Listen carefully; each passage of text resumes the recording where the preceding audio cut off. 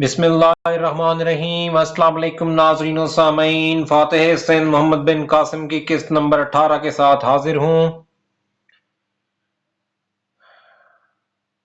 Channel को subscribe करें, bell icon का बटन प्रेस करें ताकि मेरी आने वाली वीडियोस के नोटिफिकेशन आपको मिलते रहें। इस वीडियो को आखिर तक जरूर देखिएगा। आइए किस्त नंबर 18 का आगाज करते हैं। इशा की नमाज के बाद मोहम्मद बिन कासिम ने 500 नौजवान इस मुहिम के लिए मुंतखब किए और इनके घोड़े बाकी लश्कर के हवाले करके मोहम्मद बिन हारून को पेशकदमी का हुक्म दिया और खुद अपने जानिसारों के साथ एक पहाड़ी की ओट में छुप कर बैठ गया। आधी रात के वक्त चांद रूपोश हो गया और मोहम्मद बिन कासिम ने किले का रुख किया। रास्ते की तमाम पहाड़ियों के मुहाफिज मोहम्मद बिन हारून की पेशकदमी को तमाम लश्कर की पेशकदमी समझकर अपनी अपनी चौकियां खाली करके मशरक की तरफ जा चुके थे। सिंधी सवारों ने किला में भीम सिंह को मशरक की तरफ मुसलमानों की गैर मुतवक्को पेशकदमी से बाखबर कर दिया था और वो 300 सिपाही किले के अंदर छोड़कर मुसलमानों के लश्कर की राह रोकने के लिए रवाना हो गया। तीसरे पहर मोहम्मद बिन कासिम किले से 1 मील के फासले पर एक पहाड़ी पर पहुंच चुका था। दूर चट्टानों में भीम सिंह के सवारों के घोड़ों की आवाज गूंजी और मोहम्मद बिन कासिम ने अपने दोस्त साथियों से कहा, वो किला खाली करके जा रहे हैं, हमें जल्दी करनी चाहिए। लेकिन किले के अंदर हिफाजत के लिए थोड़ी बहुत फौज जरूर मौजूद होगी, इसलिए तुम्हारी तरफ से कोई शोर ना हो। तुम्हारी तरफ से जरा सी आहट किले के मुहाफिजों को बाखबर कर देगी और अगर इनकी तादाद 40 भी हुई तो भी वो हमें काफी देर तक किले से बाहर रोक सकेंगे। ये हिदायत देने के बाद मोहम्मद बिन कासिम ने अपने जाबाजों को छोटी छोटी टोलियों में तकसीम किया और किले की तरफ पेशकदमी की। किले के करीब पहुंचकर यह फौज आस पास की टीलों में छुप कर बैठ गई। फसील पर पहरेदारों की आवाजों में थकावट और नींद की झलक थी और यह महसूस होता था कि वो बोलने के बजाय बड़बड़ा रहे हैं। मोहम्मद बिन कासिम अपने साथ 10 नौजवान लेकर फसील के एक निस्बतन पुरसकून हिस्से की तरफ बढ़ा और कुमंद डालकर ऊपर चढ़ने के बाद रस्सियों की सीढ़ी फेंक दी। इस जगह 2 पहरेदार गहरी नींद सो रहे थे। आन की आन में मोहम्मद बिन कासिम के 6 साथी फसील पर चढ़ गए, लेकिन सातवां भी ऊपर ना पहुंचा था कि चंद कदम के फासले से एक सिपाही ने चौंक कर मिशल बुलंद करते हुए कहा, कौन है? दूसरे सिपाही ने चिल्लाकर कहा, दुश्मन आ गया, होशियार। मोहम्मद बिन कासिम ने अल्लाह अकबर का नारा बुलंद किया और साथ ही एक जोरदार हमले से फसील का बहुत सा हिस्सा खाली करा लिया। ये नारा सुनकर किले के बाहर छुपे हुए सिपाही आगे बढ़े और कुमंदे डालकर फसील पर चढ़ने लगे। किले के अंदर आराम से सोने वाले सिपाही अभी अपनी तलवारें संभाल रहे थे कि मोहम्मद बिन कासिम के 50 सिपाही फसील पर पहुंच गए। पहरेदारों ने ज्यादा देर फसील पर मजामत करने के बजाय अंदर जाकर गहरी नींद सोने वाले साथियों को जगाना ज्यादा मुनासिब ख्याल किया और उन्होंने ज्यादा देर डट कर लड़ने पर एक सुरंग के रास्ते फरार होने को तरजीह दी।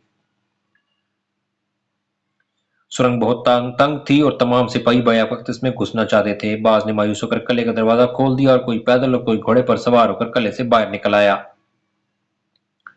किले का दरवाजा खुलता देखकर मुसलमान भी फसील पर चढ़ने का ख्याल तर्क करके उनकी तरफ बढ़े और ज्यादा आदमियों को फरार का मौका ना मिल सका।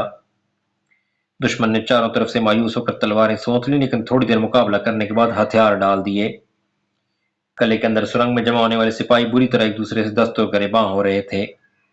इनका शोर सुनकर मोहम्मद बिन कासिम एक पहरेदार की नीचे गिरी हुई मशल उठाकर चंद सिपाहियों के साथ मुख्तलिफ कमरों से गुजरता हुआ एक तहखाने के एक दरवाजे तक पहुंचा और फारसी जबान में बोला, तुम में से जो फरार होना चाहे इसके लिए किले का दरवाजा खुला है, तुम अपने हथियार फेंक कर जा सकते हो। ये कहकर मोहम्मद बिन कासिम एक तरफ हट गया। राजा के सिपाहियों में से जो फारसी जानते थे उन्होंने एक दूसरे को मोहम्मद बिन कासिम का मतलब समझाया और मोहम्मद बिन कासिम को मशकूक निगाहों से देखते हुए तहखाने से बाहर निकल आए। बाज ने सुरंग को तरजीह दी, लेकिन मोहम्मद बिन कासिम के इशारे से चंद सिपाही तहखाने में दाखिल हुए और तलवारें सोंध कर सुरंग के मुंह पर खड़े हो गए। मोहम्मद बिन कासिम ने कहा, जब तुम्हारे लिए एक खुला रास्ता मौजूद है तो तुम तंग और तारीक रास्ता क्यों इख्तियार करते हो? हम पर एतबार करो, अगर तुम्हें कत्ल करना मकसूद होता तो तुम्हारी गर्दनें हमारी तलवारों से दूर नहीं। मोहम्मद बिन कासिम के ये अल्फाज सुनकर बाकी सिपाही भी हथियार फेंक कर तहखाने से बाहर निकल आए। मोहम्मद बिन कासिम ने वापस किले के दरवाजे पर पहुंचकर अपने सिपाहियों को हुक्म दिया कि किले से बाहर निकलने वालों के रास्ते में मज़ाहम न हो। ये लोग झिझक झिझक कर कदम उठाते और मुड़ मुड़ कर पीछे देखते हुए किले से बाहर निकल गए। मफ्तूह दुश्मन के साथ ये सलूक सिंध की तारीख में एक नया बाब था। ایک معمر سپاہی آہستہ آہستہ قدم اٹھاتا ہوا دروازے تک پہنچا اور کچھ سوچ کر واپس آ گیا۔ محمد بن قاسم نے اس سے کہا، اگر قلعے میں تمہاری کوئی چیز کھو گئی ہے تو تلاش کر سکتے ہو۔ اس نے غور سے محمد بن قاسم کی طرف دیکھا اور سوال کیا، کیا عرب فوج کے سپہ سالار آپ ہیں؟ ہاں میں ہوں، محمد بن قاسم نے جواب دیا۔ دشمن کسی حالت میں بھی نیک سلوک کا مستحق نہیں ہوتا، کیا میں پوچھ سکتا ہوں کہ آپ نے ہمارے ساتھ یہ سلوک کیوں کیا؟ محمد نے کہا، ہمارا مقصد دشمن کو تباہ کرنا نہیں بلکہ اس کو سلامتی کا راستہ دکھانا ہے۔ وہ بوڑھا بولا تو یقین رکھیے کہ آپ پر کوئی فتح نہیں پا سکتا۔ یہ لوگ جنہیں آج آپ اپنے رحم کا مستحق سمجھتے ہیں، کل آپ کے جھنڈے تلے جمع ہو کر ان مغرور بادشاہوں کے خلاف جنگ کریں گے جو گرے ہوئے دشمن پر رحم کرنا نہیں جانتے۔ یہ کہہ کر وہ دروازے سے باہر نکل گیا۔ محمد بن قاسم نے قلعے کا چکر لگایا۔ چند تہ خانے کھانے پینے کی اشیاء سے بھرے پڑے تھے اور استبل میں 60 گھوڑے موجود تھے۔ محمد بن قاسم کو یقین تھا کہ محمد بن ہارون کے تعاقب میں جانے والی فوج یہ قلعہ فتح ہو جانے کی خبر سنتے ہی واپس آ جائے گی۔ اس نے محمد بن ہارون کے پاس 4 سوار یہ پیغام دے کر روانہ کی کہ وہ کسی محفوظ مقام پر پڑاؤ ڈال کر اس کے احکام کا انتظار کرے۔ اس کے بعد اس قلعے کا دروازہ بند کر کے فصیل پر چاروں طرف تیر انداز بٹھا دی اور قلعے پر جا بجا اسلامی پرچم نصب کر دیے۔ محمد بن قاسم فصیل پر کھڑا طلوع آفتاب کا منظر دیکھ رہا تھا۔ اسے مشرق سے 30-40 سواروں کا ایک دستہ قلعے کی طرف آتا دکھائی دیا۔ محمد بن قاسم اور اس کے ساتھی اسے سندھ کی فوج کا دستہ سمجھتے ہوئے کمانوں پر تیر چڑھا کر بیٹھ گئے۔ یہ سوار قلعے سے کچھ 300 قدم کے فاصلے پر آ کر رک گئے اور ایک سوار اپنے ساتھیوں سے علیحدہ کر گھوڑے کو سر پر دوڑاتا ہوا فصیل کی طرف بڑھا۔ تیر انداز محمد بن قاسم کے اشارے کے منتظر تھے۔ محمد بن قاسم نے انہیں ہاتھ کے اشارے سے منع کیا۔ سوار نے فصیل کے نیچے پہنچ کر گھوڑا روکا اور عربی زبان میں کہا، ہم زبیر کے ساتھی، ہمیں اندر آنے دو۔ محمد بن قاسم نے آگے جھک کر پوچھا، تمہارا نام خالد ہے؟ جی ہاں، اس نے جواب دیا۔ اپنے ساتھیوں کو بلا لو۔ خالد نے پیچھے مڑ کر اپنے ساتھیوں کو ہاتھ سے اشارہ کیا اور محمد بن قاسم نے سپاہیوں کو قلعے کا دروازہ کھولنے کا حکم دیا۔ قلعے سے باہر نکل کر خالد سے سوال کیا، تمہاری بہن کہاں ہے؟ خالد نے جواب دیا، وہ میرے ساتھ ہے لیکن زبیر نہیں آیا، وہ باقی فوج کے ساتھ ہے۔ تمہیں کیسے معلوم ہوا کہ ہم اس قلعے میں ہیں؟ ہمیں یہ خبر مل چکی تھی کہ آپ مکران کی سرحد عبور کر چکے ہیں۔ ہم سندھی سپاہیوں کا بھیس بدل کر یہاں پہنچے اور آپ حیران ہوں گے کہ راجا کی فوج کا سالار ہمیں یہاں سے 4 میل دور ایک پہاڑی پر پہرا دینے کے لیے متعین کر چکا تھا۔ ہم سخت بے چینی سے آپ کا انتظار کر رہے تھے۔ آج قلعے سے فرار ہونے والے سپاہی وہاں پہنچے اور انہوں نے بتایا کہ یہ قلعہ فتح ہو چکا ہے۔ ہم آپ کو مبارکباد دیتے ہیں۔ سپہ سالار کہاں ہیں؟ محمد بن قاسم نے مسکراتے ہوئے اپنے ایک ساتھی کی طرف دیکھا، اس نے جواب دیا، تم سپہ سالار سے باتیں کر رہے ہو۔ تھوڑی دیر میں خالد کے باقی ساتھی ان کے قریب پہنچ کر گھوڑوں سے نیچے اتر رہے تھے۔ محمد بن قاسم نے ان سب پر ایک سرسری نگاہ ڈالنے کے بعد کہا، لیکن تمہاری بہن کہاں ہے؟ خالد نے مسکرا کر مردانہ لباس میں ایک نقاب پوش کی طرف اشارہ کر دیا۔ محمد بن قاسم نے کہا، خدا کا شکر ہے کہ آپ کی صحت اب ٹھیک ہے۔ ہاں، زبیر باقی فوج کے ساتھ ہے۔ زبیر کا نام سن کر ناہید نے اپنے کانوں اور گالوں پر اچانک حرارت محسوس کی اور پیچھے مڑ کر مایا کی طرف دیکھا۔ مایا بھی اس کی طرح مردانہ لباس پہنے ہوئے تھی۔ اس نے آنکھ بچا کر ناہید کے بازو پر چٹکی لی اور آہستہ سے کہا، ناہید مبارک ہو۔ محمد بن قاسم نے پھر ایک بار خالد کے تمام ساتھیوں کی طرف دیکھا اور ایک سفید ریش کوی ہیکل آدمی کی طرف مسافہ کے لیے ہاتھ بڑھاتے ہوئے کہا، شاید تم گنگو ہو۔ میں تمہارا اور تمہارے ساتھیوں کا شکر گزار ہوں۔ گنگو نے محمد بن قاسم کا ہاتھ اپنے ہاتھوں میں لیتے ہوئے خالد کی طرف دیکھا اور خالد نے کہا، گنگو اور اس کے ساتھی مسلمان ہو چکے ہیں اور گنگو نے اپنے لیے سعد کا نام پسند کیا ہے۔ محمد بن قاسم نے الحمدللہ کہہ کر یک کے بعد دیگرے سب سے مسافہ کیا اور ناصر الدین جے رام کے ساتھ ہاتھ ملاتے وقت اس نے کہا، آپ غالباً ناصر الدین ہیں۔ آپ نے ہمارے لیے بہت تکلیف اٹھائی، خدا آپ کو جزا دے، اور یہ شاید آپ کی ہمشیرہ ہے۔ خالد نے کہا، یہ بھی مسلمان ہو چکی ہے، اس کا نام زہرہ ہے۔ زہرہ نے ناصر الدین کے قریب آ کر طبی زبان میں پوچھا، یہ کون ہے؟ اور ناصر الدین نے اسے خاموش رہنے کا اشارہ کر کے یہ سوال خالد کے کانوں تک پہنچا دیا۔ خالد نے بلند آواز میں کہا، یہ ہمارے سپہ سالار ہیں۔ سعد، گنگو اور اس کے ساتھی حیران ہو کر محمد بن قاسم کی طرف دیکھنے لگے۔ دور سے گھوڑوں کی ٹاپ سنائی دی اور فصیل سے ایک پہرے دار نے آواز دی، دشمن کی فوج آ رہی ہے۔ یہ لوگ جلدی سے قلعے میں داخل ہوئے۔ محمد بن قاسم نے فصیل پر چڑھ کر دور تک نگاہ دوڑائی۔ جنوب اور مشرق کی طرف سے سندھ کے ہزاروں پیادہ اور سوار سپاہی قلعے کا رخ کر رہے تھے۔ محمد بن قاسم نے اپنے 10 سپاہیوں کو گھوڑوں پر سوار ہو کر اپنے نائب تک یہ پیغام پہنچانے کا حکم دیا کہ وہ شام سے پہلے اس جگہ پہنچ جائے۔ سپاہی گھوڑوں پر سوار ہو گئے تو محمد بن قاسم نے انہیں ہدایت کی کہ وہ مغرب کی طرف سے چکر کاٹ کر حملہ آور لشکر کی زد سے نکل جائیں اور پھر اپنی منزل کا رخ کریں۔ سپاہی گھوڑوں کو سر پر دوڑاتے ہوئے قلعے سے باہر نکل گئے۔ حملہ آور قریب آ چکے تھے۔ محمد بن قاسم نے قلعے کا دروازہ بند کرنے کا حکم دے کر دوبارہ فصیل پر چڑھ کر چکر لگایا اور تیر اندازوں کو ہوشیار رہنے کی تاکید کی۔ فصیل کے ایک کونے پر خالد اور اس کے ساتھی نہایت بے تابی سے حملہ آوروں کی آمد کا انتظار کر رہے تھے۔ ان کے درمیان ناہید اور زہرہ کو دیکھ کر محمد بن قاسم نے کہا، خالد انہیں نیچے لے جاؤ، یہاں ان کی ضرورت نہیں۔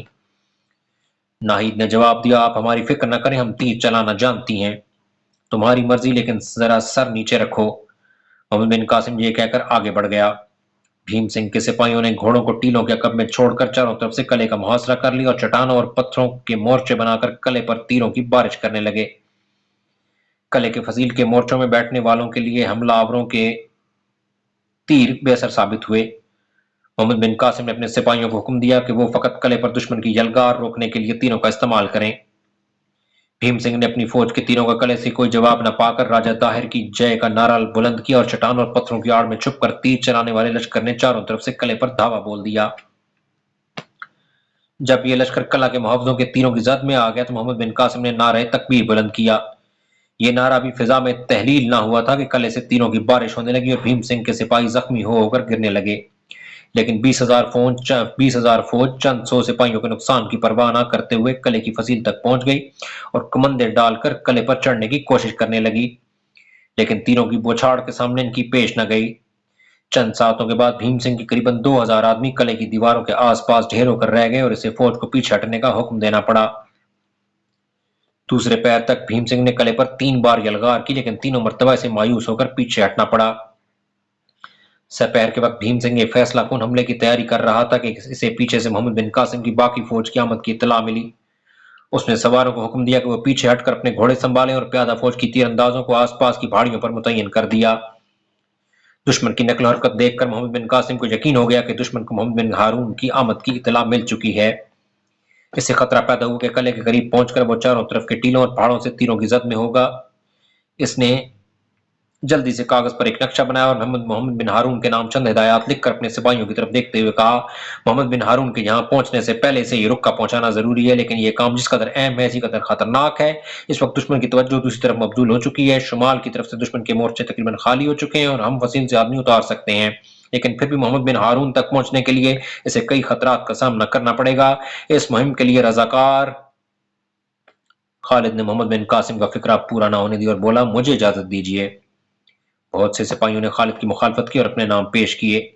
سعد نے کہا، میں نے سنا ہے کہ مسلمان اپنے نو مسلم بھائی کی خواہش رد نہیں کرتے، آپ مجھے اجازت دیں، میرے لباس سے کسی کو مجھ پر شک بھی نہیں ہوگا اور میں اس زمین کے چپے سے واقف بھی ہوں۔ محمد بن قاسم کو اپنی فوج دشمن کے لشکر کے عقب میں 2-3 میل کے فاصلے پر ایک ٹیلے سے اترتی ہوئی دکھائی دی۔ اس نے سعد کے ہاتھ میں رکا دیتے ہوئے کہا، جاؤ، خدا تمہاری مدد کرے۔ سعد بھاگتا ہوا شمال کی دیوار کی طرف پہنچا اور ایک رسے کے ذریعے نیچے اتر گیا۔ محمد بن ہارون نے دور سے بھیم سنگھ کے سوار دستوں کو حملے کے لیے تیار دیکھ کر اپنی فوج کو رکنے کا حکم دیا اور مقابلے کے لیے صفیں درست کرنے کے بعد پیش قدمی کا حکم دینے والا تھا کہ لشکر کے بائیں بازو کا سرار سرپٹ گھوڑا دوڑاتا اس کے قریب پہنچا اور اس نے ایک رکا اس کے ہاتھ میں دیتے ہوئے کہا، یہ تحریر تو سپہ سالار کی معلوم ہوتی ہے، لیکن لانے والا ایک سندھی ہے، ہم نے اسے گرفتار کر لیا ہے، وہ عربی جانتا ہے اور کہتا ہے کہ زبیر مجھے جانتا ہے، اپنا نام کبھی سعد بتاتا ہے اور کبھی گنگو۔ زبیر نے چونک کر کہا، میں اسے جانتا ہوں۔ محمد بن ہارون نے رکا پڑنے کے بعد کہا، سپہ سالار کا رکا دیکھنے کے بعد تمہیں اس کے متعلق تحقیقات کرنے کی ضرورت نہیں تھی، اگر تم نے اس کے ساتھ کوئی بدسلوکی کی ہے تو جا کر معافی مانگو اور اپنے سواروں سے کہو کہ وہ میرے ساتھ آئیں۔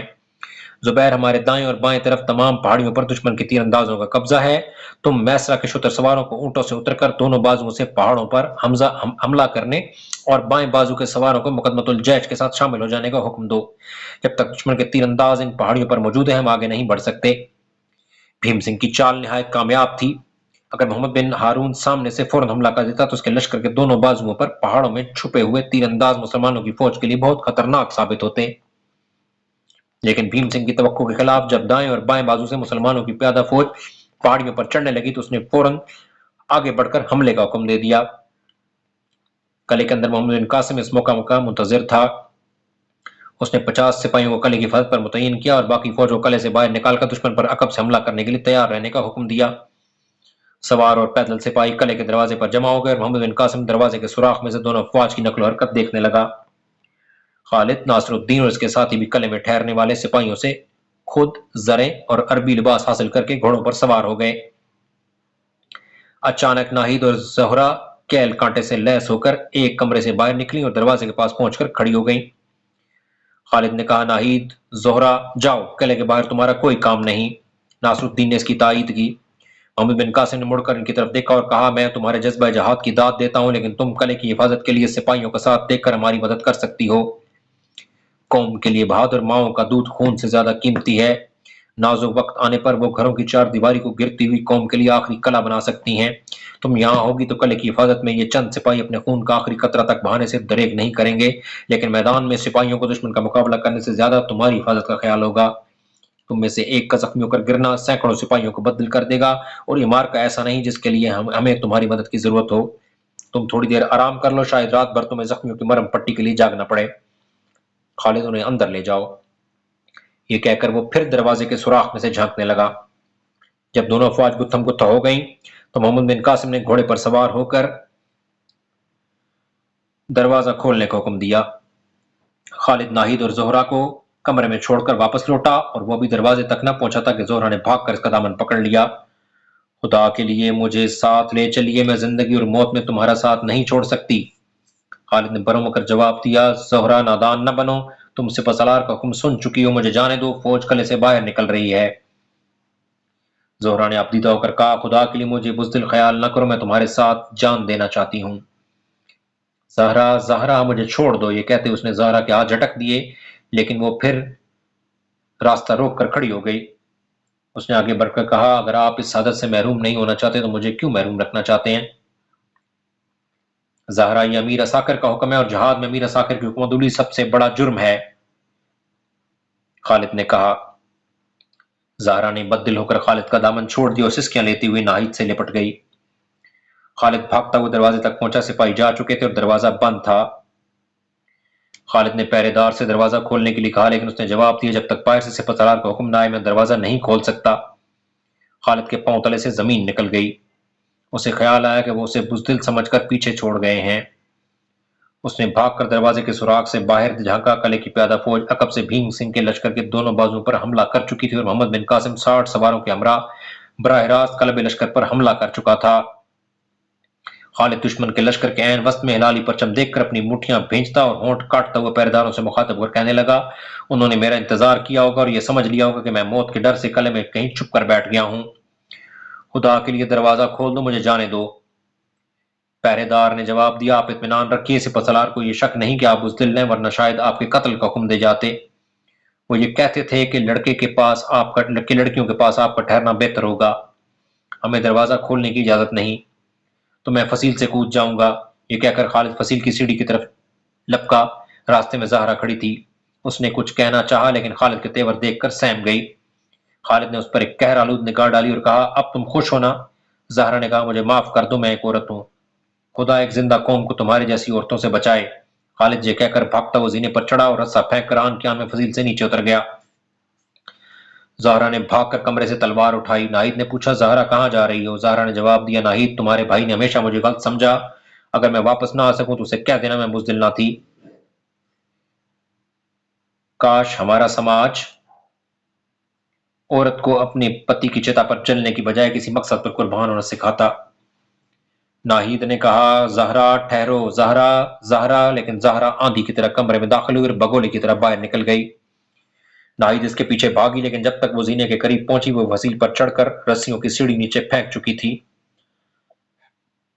सिपाहियों ने इसको रोकना चाहा, लेकिन उसने कहा, अगर मेरा रास्ता रोका गया तो मैं फसील से कूद जाऊंगी। सिपाही परेशान होकर एक दूसरे की तरफ देखने लगे और ज़हरा नीचे उतर गई। नाहिद ने फसील पर पहुंचकर आवाजें दी, ज़हरा, ज़हरा, पगली न बनो, वापस आ जाओ। लेकिन नाहिद की हर आवाज के साथ इसकी रफ्तार तेज हो गई।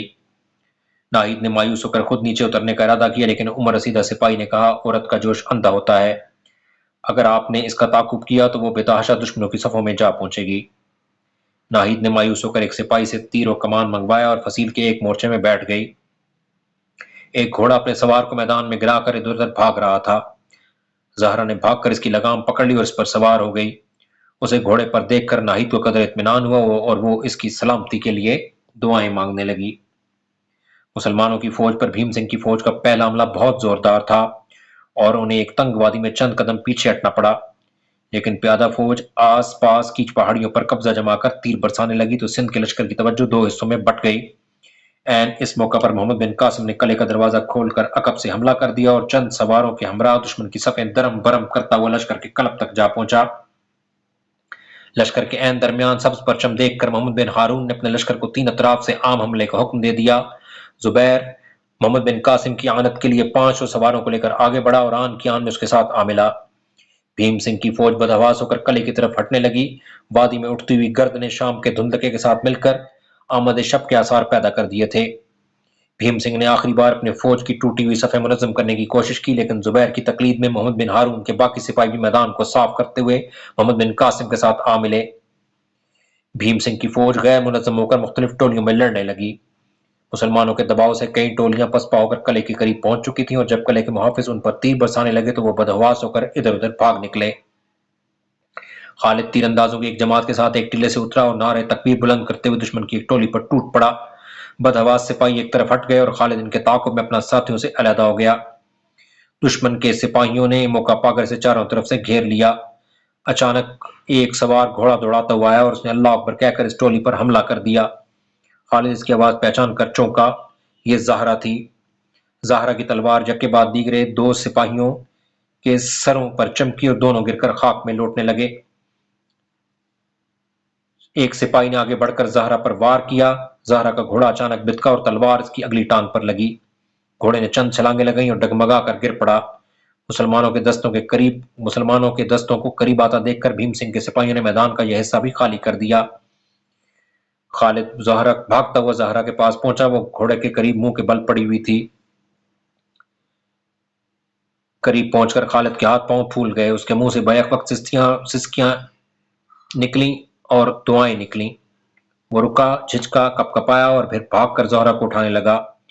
महान इसे ज़ोहरा की पीठ पर खून के निशान और ज़िरा में दो तीर अटके हुए नजर आए और जिंदगी की तमाम हिस्सियात सिमट कर इसकी आंखों में आ गई। उसने यके बाद दीगरे दोनों तीर निकालकर फेंक दिए।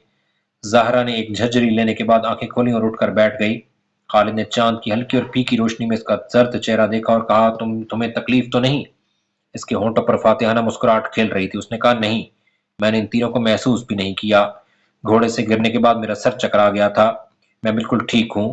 मैदान का क्या हाल है? मैदान खाली हो चुका है। खुदा ने हमें फतह दी है, लेकिन नाहिद कहाँ है? ज़हरा ने कहा, वो किले में है।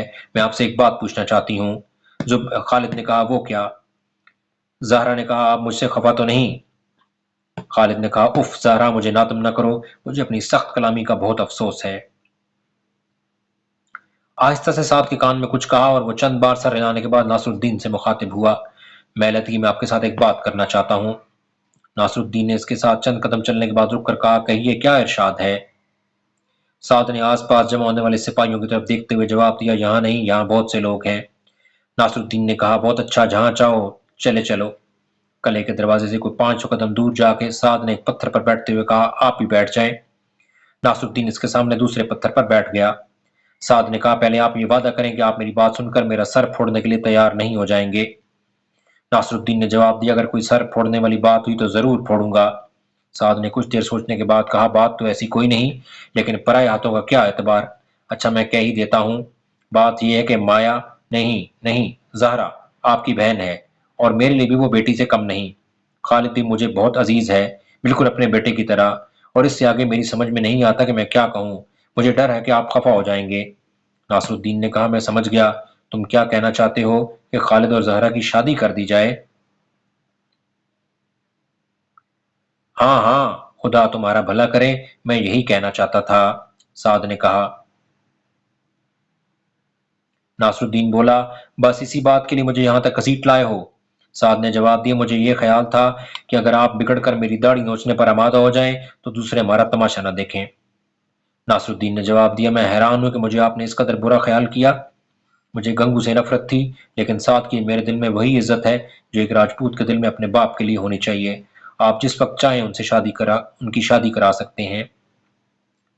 سعد نے کہا میں تو چاہتا ہوں کہ ابھی ہو جائے۔ لیکن زہرا زخمی ہے، ناصر الدین نے کہا۔ سعد نے چونک کر سوال کیا، زہرا زخمی ہے؟ مجھے کسی نے کیوں نہیں بتایا؟ چلو چلیں۔ ناصر الدین نے اسے تسلی دیتے ہوئے کہا، گھبرانے کی کوئی بات نہیں، اس کے زخم بالکل معمولی ہیں۔ سامعین و ناظرین، فاتح سندھ محمد بن قاسم قسط نمبر 18 کا یہاں پہ اختتام ہوتا ہے۔ ویڈیو پسند آئے اس کو لائک کر دیں، چینل کو سبسکرائب کر لیں اور گھنٹی کا بٹن پریس کر دیں تاکہ میری آنے والی ویڈیوز کے نوٹیفیکیشن آپ کو ملتے رہیں۔ کمنٹ سیکشن میں جا کے اپنی رائے سے ضرور آگاہ کریں کہ آپ کو یہ ویڈیو کیسی لگی۔ اب تک کے لیے اتنا ہی۔ اپنا اور اپنے چینل کا خیال رکھیے گا۔ انشاءاللہ تعالی بہت جلد اگلی ویڈیو میں ملاقات ہوگی۔ تب تک کے لیے اللہ حافظ۔